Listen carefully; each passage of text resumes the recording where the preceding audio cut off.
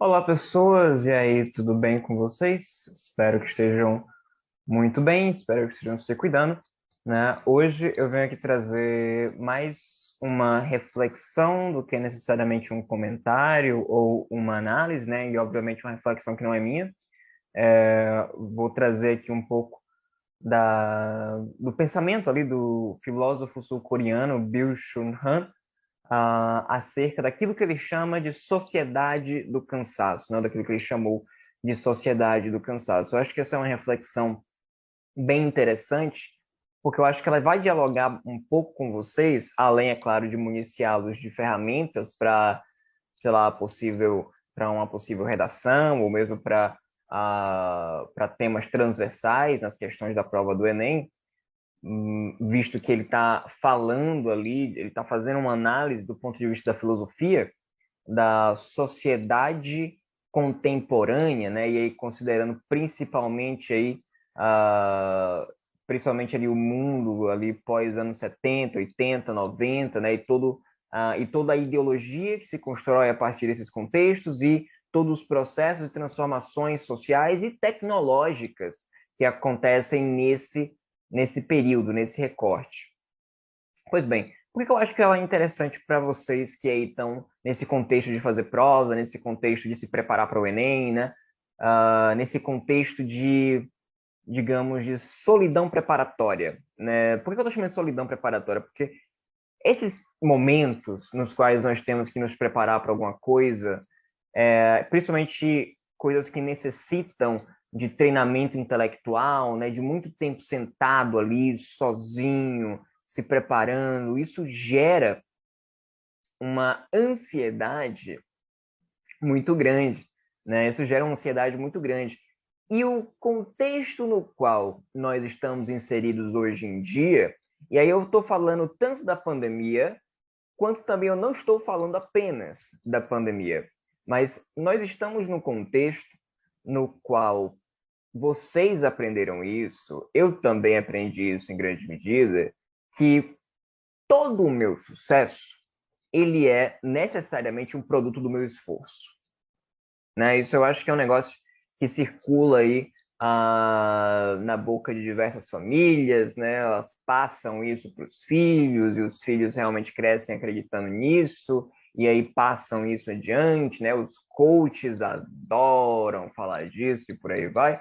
Então, acho que muitos de nós receberam esse ensinamento. E esse é um ensinamento interessante e bastante complicado, porque ele é um tipo de pensamento que nega as problemáticas que a sociedade está inserida. No caso, as problemáticas que são pertinentes e próprias do contexto social na qual as pessoas estão inseridas. Porque vejam vocês, esse é um tipo de pensamento que coloca a responsabilidade do fracasso de alguém apenas na incapacidade ou na preguiça, na ausência de esforço dessas pessoas. E veja que ela ignora, ela coloca uma sombra em cima de todo o preconceito, de todos os obstáculos que o sistema na qual aqueles indivíduos estão inseridos são postos à prova todo dia. Então, por exemplo, você é uma pessoa periférica, que nasceu em um contexto de insegurança alimentar de média para grave, você não teve na primeira infância acesso a uma alimentação adequada, você será, a partir desse tipo de pensamento, igualado a uma criança que nasceu tendo tudo. E essa criança que nasceu tendo tudo, ela parte de um ponto de. O ponto de partida dela está muito à frente. O sucesso dela, ela já, digamos que se fôssemos de fato colocar como se fosse uma estrada ou como uma pista de corrida, ela já começa muitas casas à frente. Ela tem ali uma condição material que já garante ali uma sobrevivência ali, mesmo intelectual, porque é muito importante para seu desenvolvimento intelectual cognitivo que você tenha uma boa alimentação logo na primeira infância, que o outro não tem. Então, esse tipo de pensamento pega alguém pessoas que estão em condições socioeconômicas distintas, pessoas que pertencem, em muitos casos, a etnias distintas, em localidades espaço-temporais que produzem preconceitos de cor, preconceitos de classe, que impõem todos os tipos de obstáculos para os indivíduos que são entendidos como indesejáveis naquela sociedade, mas, sendo você um indesejável ou não, todo o seu sucesso, todo o seu fracasso, ele é apenas culpa sua. E isso tem uma consequência. Isso tem uma consequência. Isso tem consequências psíquicas. Não é à toa que a marca da geração, principalmente o pessoal ali do final do meados dos anos 80 ou meados dos anos 90, que hoje em dia está com mais ou menos a minha idade, né, está na casa dos 20, 30 ou mesmo dos seus 40 anos, compõem aquela geração que é marcada pelo chamado burnout. O que é um burnout?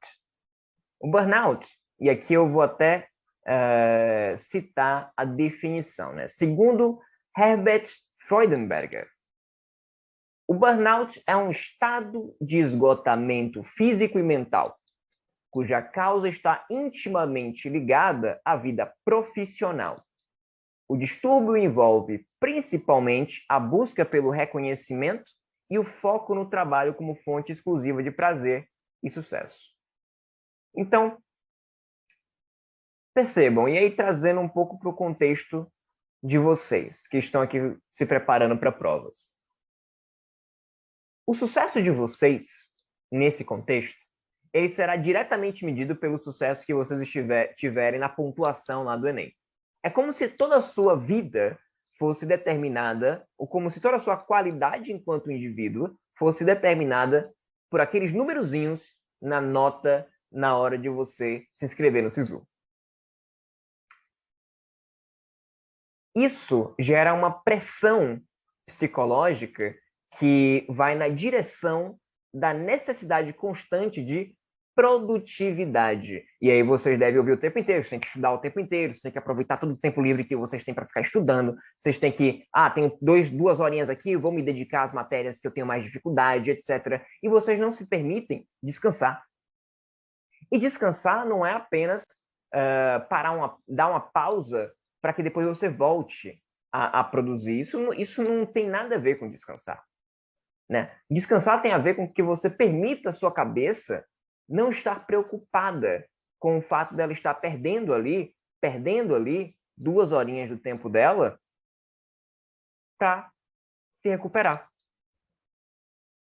Então, é esse tipo de pressão por produtividade constante.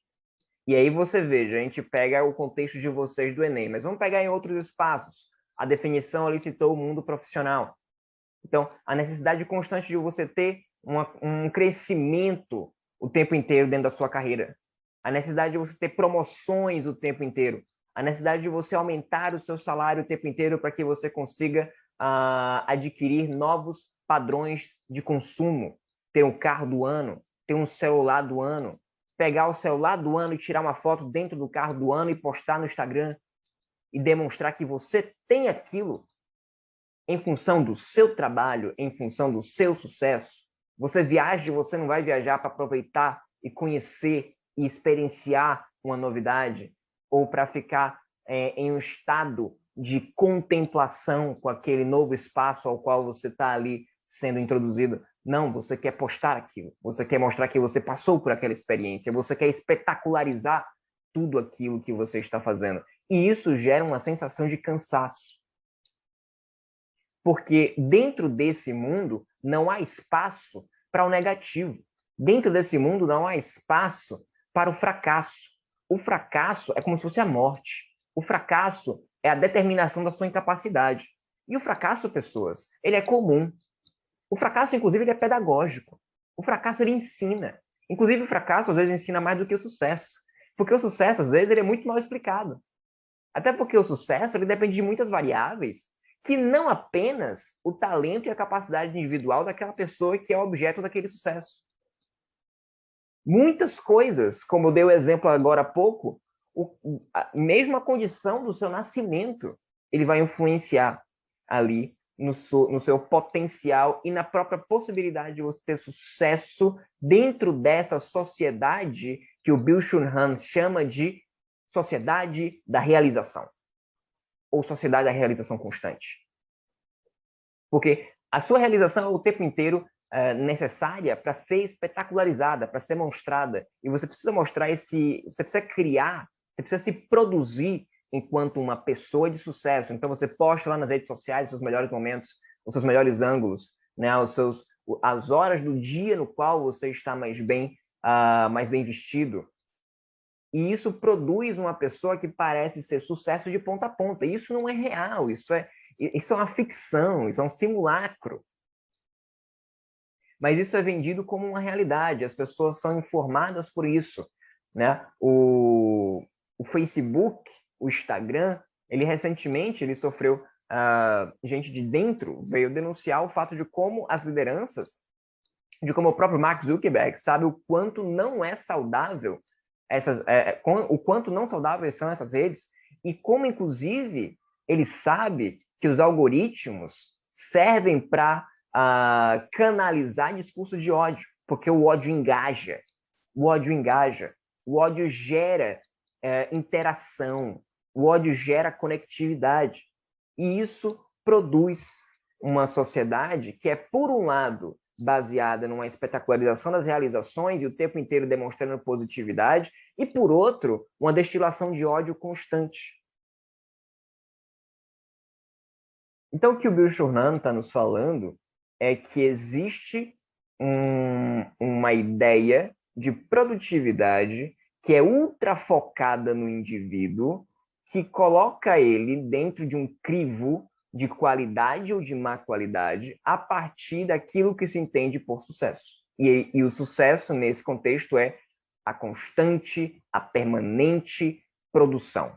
Você não pode parar. Você é uma máquina. Você tem que continuar servindo ao sistema. Inclusive, isso, segundo ele, é algo que caracteriza o que ele vai apontar como a constante autoexploração. E veja, com isso ele não está dizendo que não existe a exploração de classe, a exploração de um pelo outro. Mas existe uma outra camada agora. Existe, dentro da sociedade do capital, aquele bichinho dentro da cabeça das pessoas que faz com que elas se sintam mal todas as vezes que elas não estão produzindo aquilo que elas acham que deveriam estar produzindo. Ou seja, existe um explorador dentro da cabeça da pessoa. E essa autoexploração, ela é cruel porque ela está de mãos dadas com a liberdade.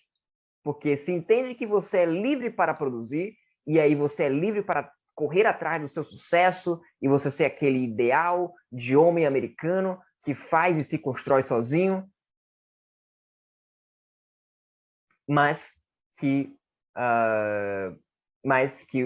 da mesma forma que todo o seu sucesso ele é produto seu, o seu fracasso também é produto seu. E quem é que está dizendo isso? É só externo esse incentivo? Não, ele é interno também. Ele está dentro da pessoa. Então, se você for falar em uma revolução para alterar isso, e pensando que muito da exploração está ocorrendo internamente as próprias pessoas, como é que você resolve esse problema? Está todo mundo contra todo mundo e contra si mesmo. Você se tornou o seu grande inimigo. Porque você se tornou o seu grande obstáculo à sua própria produtividade. Porque você tem limites humanos. E essa desumanização é o que ele está falando na sociedade do cansaço. Que temos uma sociedade que é caracterizada por esse cansaço crônico, por esse cansaço profundo, por esse cansaço que aparentemente não se desfaz. Ele continua meio que ad eterno. Você nunca se sente completamente reenergizado. E isso se deve a essa constante necessidade de produção. Então, mesmo eu sei que estamos em um momento mais complicado para vocês, porque vocês estão em um momento de prova, em um momento de preparação para as provas. E as provas são espartanas, né? As provas, elas exigem de vocês muita resistência física e psicológica. Mas saibam tirar um tempo. Tirem um tempo para vocês também. Descansem. Para fazer a prova, vocês precisam estar com a cabeça no lugar. Vocês precisam estar saudáveis. Vocês precisam estar vivos. Então se cuidem, descansem e evitem o cansaço profundo. Combatam a sociedade do cansaço. Por esse vídeo é isso e até uma próxima oportunidade.